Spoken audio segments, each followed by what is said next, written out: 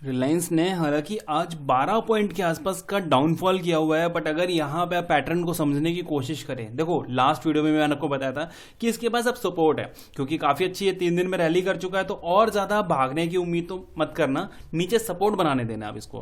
पहला आज की डेट में अगर देखें तो इसने सपोर्ट ही क्रिएट किया है लास्ट। ये जो जोन है ना, ये आज ही नहीं ड्रॉ किया मैंने, ये पहले वाली वीडियो में भी आपने नोट किया होगा, ये वही जोन है एग्जैक्ट, देख सकते हैं आप यहाँ पे। लास्ट यहाँ पे रिजेक्शन फेस कर रहा था, वहां पे आज की डेट में एक सपोर्ट क्रिएट करने की कोशिश की है। अब कल की पिक्चर क्या हो सकती है, कल की पिक्चर को समझने के लिए एक चीज देखो, मैं यहाँ पे 15 मिनट के चार्ट पे चलो, क्या यहाँ पे हमें कोई एंगल दिखा, आज कोई पैटर्न मिला? देखो सबसे पहली चीज आपके साथ क्या चीज मैंने शेयर की थी कि इनकेस अगर सपोर्ट पे आता है यहाँ पे और यहाँ पे कोई पैटर्न बनाता है, कोई ब्रेकआउट करता है, तो हम बाइंग कर सकते हैं। अगर मैं यहाँ पे एक ट्रेड लाइन ड्रॉ करता हूँ यहाँ पे, तो एक अच्छा खासा आप देख सकते हैं कि रिजेक्शन है, रिजेक्शन है, रिजेक्शन है, रिजेक्शन है, यानी कि अगर ब्रेकआउट करता है तो हम यहाँ पे ट्रेड कर सकते हैं। पहली चीज क्लियर, बहुत ज्यादा आसानी से क्लियर हो गई। अब अगर ये ब्रेकआउट नहीं करता, नीचे की तरफ ही निकलता है, तो क्या शॉर्टिंग कर सकते हैं? शॉर्टिंग के बारे में समझते हैं। यहाँ पे देखो डेली चार्ट पे आ गए, यहाँ पे शॉर्टिंग को समझते हैं कि इनकेस अगर नीचे निकलता है तो शॉर्टिंग कैसे कर सकते हैं। सपोज करते हैं कि कल की डेट में फिर से नीचे निकलता है और 30 को ब्रेक करता है, नेक्स्ट जो इसकी सपोर्ट नजर आ रही है वो कहीं 15 के आसपास नजर आ रही है, इस एरिया के आसपास में, तो इसको शॉर्टिंग के लिए हम देख सकते हैं छोटे से स्टॉप लॉस के साथ में। ये चीज क्लियर हो गई यहाँ पे, ठीक है। अब देखते हैं लेवल्स, क्या लेवल होंगे हमारे पास कल के लिए। यहाँ पे आते हैं, 15 मिनट के चार्ट पे हैं। यहाँ पे सबसे पहले हम बात करेंगे बाइंग साइड के लिए, एक बहुत प्यारी सी एक ट्रेड लाइन ड्रॉ करेंगे, क्योंकि लेवल हमें चाहिए।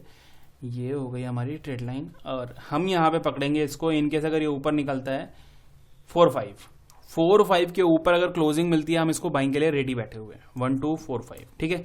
45 के ऊपर अगर फ्लैट ओपन होकर निकलता है, 45 के ऊपर बाइंग करनी है। फ्लैट गैप अप ओपन होता है, 45 के ऊपर बाइंग करनी है। क्लियर।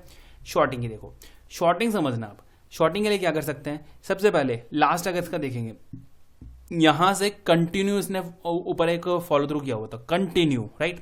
अगर सपोज करते हैं कल के दिन फ्लैट ओपन हुआ, ये ब्रेक करता है, तो हम क्या करेंगे? शॉर्टिंग करेंगे, बिल्कुल करेंगे। कैसे?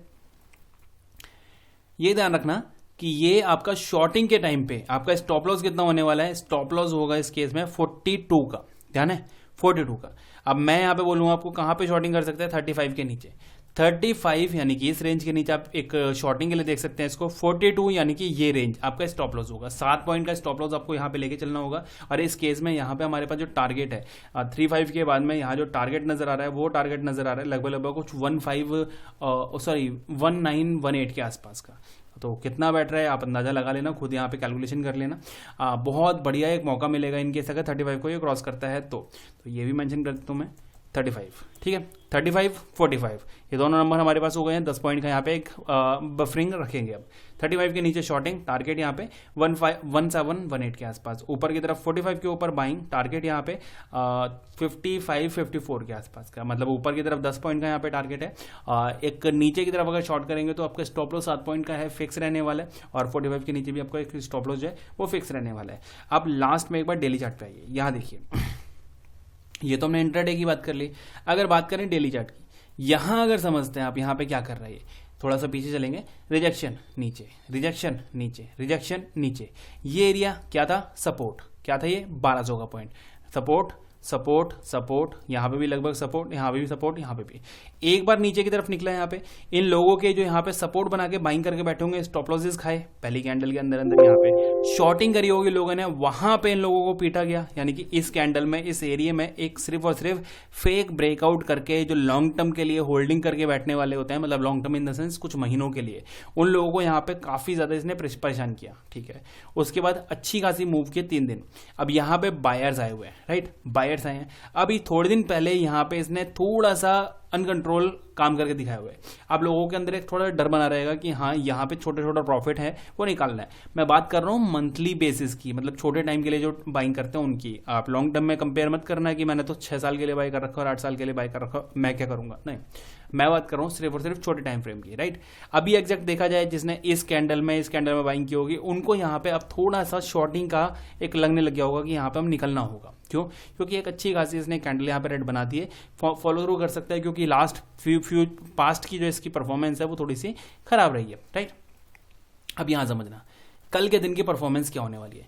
सबसे पहले चांसेस बन सकते हैं, ध्यान देना, चांसेस बन सकते हैं कि ये कल के दिन गैप डाउन ओपन करे।